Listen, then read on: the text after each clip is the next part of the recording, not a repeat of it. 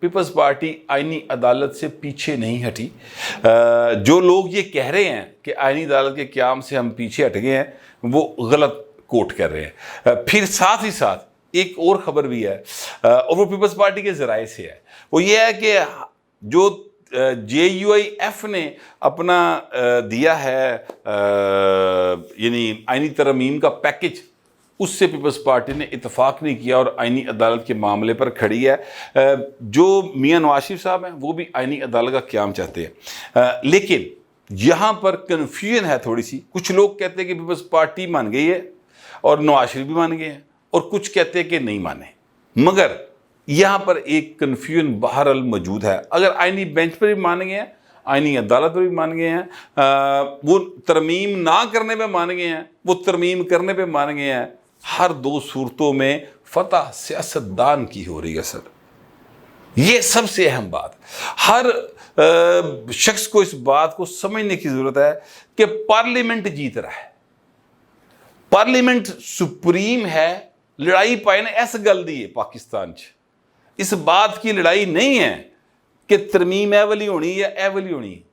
کوئی اے بحث تے اس لیے آئے گی بہو جی جس وقت آپ یہ ثابت کر لیں گے کہ ہم سپریم ہیں اور ہمارے پاس یہ اختیار ہے. تو پارلیمنٹ کی سپرمیسی جو ہے وہ بہرحال ثابت ہو رہی ہے. دیکھیں مولانا فضل الرحمان بڑے ایک سیزنڈ پولیٹیشین ہیں. میاں نواز شریف کے چی گولیاں نہیں کھڑے ہوئے. آصف زرداری صاحب کو جو لوگ یہ سمجھتے ہیں کہ وہ بھائی صرف ایک صدارت لے کے خوش ہو گیا تو وہ غلط فہمی کا شکار ہے. یہ سب لوگ جو ہیں ان کے 40 سال کا تجربہ ہے. یہ بیٹھ کر کچھ لوگ کچھ دو نہیں کر رہے، یہ بیٹھ کر سیاسی معاملات کو مد نظر رکھتے ہوئے، مستقبل کو ذہن میں رکھتے ہوئے چیزوں کے اوپر نیگوشیٹ کریں. اور ہمیشہ سیاستدان نیگوشیشن ہی کرتے ہیں. جو لوگ اس کے اوپر ڈھول بجا رہے ہیں کہ لو جی پھٹ پہ گئی، لو جی ترمیم نہیں ہوئے گی، لو جی انج ہو جائے گا، وہ کسی غلط فہمی کا شکار ہے. میں آپ سے گزارش کروں کہ اسی طرح کی غلط فہمی کا شکار ہوئی تھی مسلم لیگ نواز. افتخار محمد چودھری کے کہنے پر آ کے انہوں نے 19ویں ترمیم کروائی تھی اور پیچھے ہٹ گئے تھے 18ویں ترمیم کی ان شکوں سے.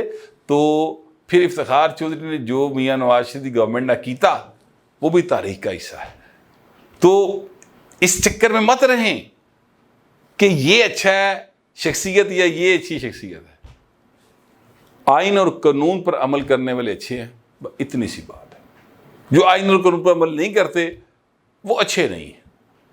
ٹوٹل سمپل ایک فارمولہ رکھیں جس کے اوپر جو پورا آندہ پاجی اٹھی گئی، نہیں آندہ انہوں سائڈ تے کر دے، اینی جی گل ہے. بہرحال اب کل رات مولانا صاحب نے ایک جملہ بولا، اس جملے کے اندر سارا کچھ ہی پاجی.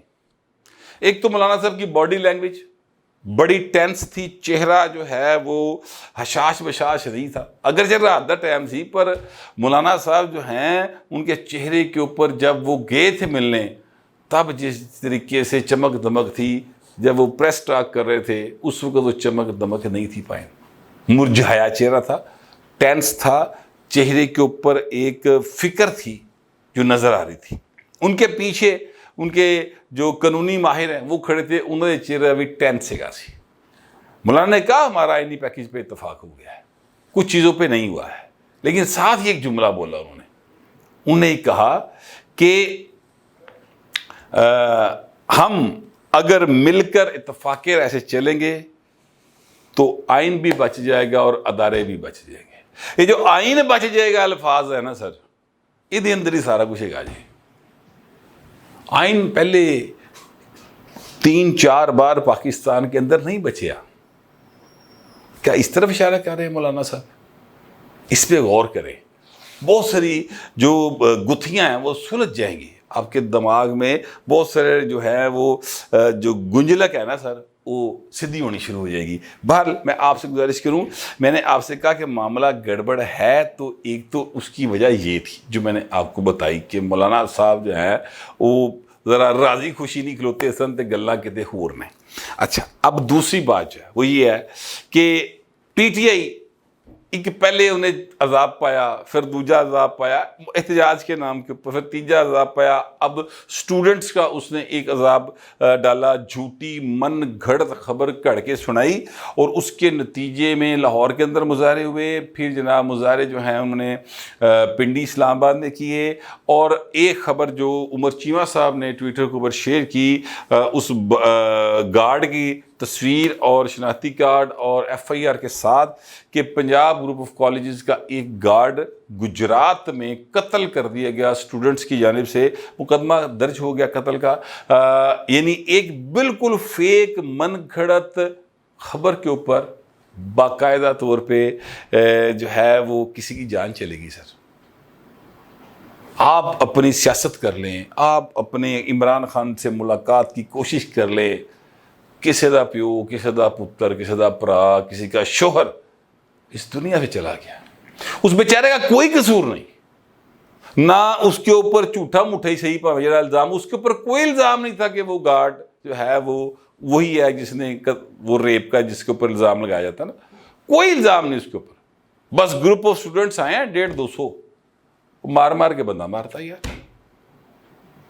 بہرحال اب تحریک انصاف نے علی امین گنڈا پور جو ایک وزیر اعلیٰ ہیں ایک صوبے کے، انہوں نے ایک دفعہ پھر ملک گیر احتجاج کا اعلان کر دیا کہ کل جمعے کی جو ہوگی نماز، اس کے بعد آپ سڑکوں پہ نکلیں، پرامن احتجاج کریں۔ انہوں کا کوئی احتجاج کبھی پرامن نہیں ہوا، یاد رکھیے گا، یہ وائلنٹ احتجاج کرتے ہیں، یہ وائلنس کریٹ کرتے ہیں۔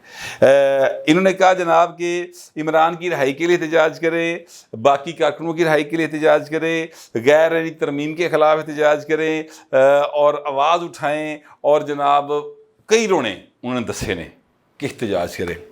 احتجاج ہو جائے گا، احتجاج نہیں ہوگا، احتجاج جو ہے وہ کامیاب ہو جائے گا کہ جناب بڑا بڑا احتجاج ہو گیا، احتجاج 5000 بندے نے کرتا، احتجاج 200 بندے نے کرتا، احتجاج میں اٹا چل گیاں، احتجاج میں روڑے چل گئے، احتجاج میں خدا نخواستہ کسی کی جان چلی گئی، خدا نخواستہ کسی کوئی ایسا زخمی ہو گیا جس کو ساری زندگی کے لیے زخم آ گئے، ساری گلاں پاسبل ہوتی ہیں۔ جب سڑک سے نکل دیو ہمارے سامنے آندے اٹ روڑا چلتا ہے، ادھروں آنسو گیس چلتی، ادھروں جناب کچھ بھی ہو سکتا ہے نا، وہ وہاں پر آپ پھر ایٹ سٹیک آ جاتی ہر چیز، ٹھیک ہے؟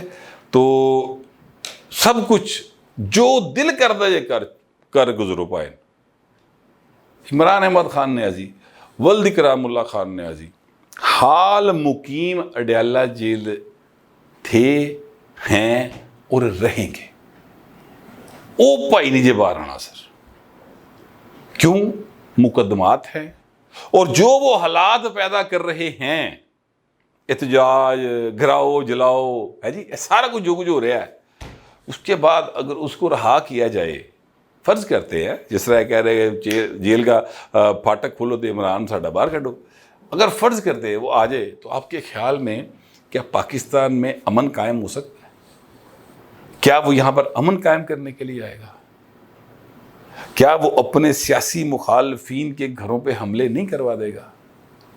کیا وہ باقاعدہ طور پر پاکستان کو اس بنگلہ دیش والی صورتحال یا سری لنکا والی صورتحال پہ نہیں لے جائے گا جس کا وہ کئی بار اعلان کر چکا ہے، اندیا دے چکا ہے کہ ایس پاسے جاواں گے؟ اس لیے جو مرضی ہو جائے، احتجاج کرتا ہے نہ کرو، کر کے ویکھ لیا جے، مزید کر کے ویکھ لو، وہ حال مقیم اڈیالہ جیل رہنا چاہیے۔ یہ میرا تجزیہ بھی ہے اور انفارمیشن بھی ہے۔ آپ کے پاس اگر کوئی انفارمیشن ہے تو ضرور لکھیں، مگر ذرا تہذیب کے ساتھ۔ فی الوقت اتنا ہی، ملتے اگلے ولاگ میں۔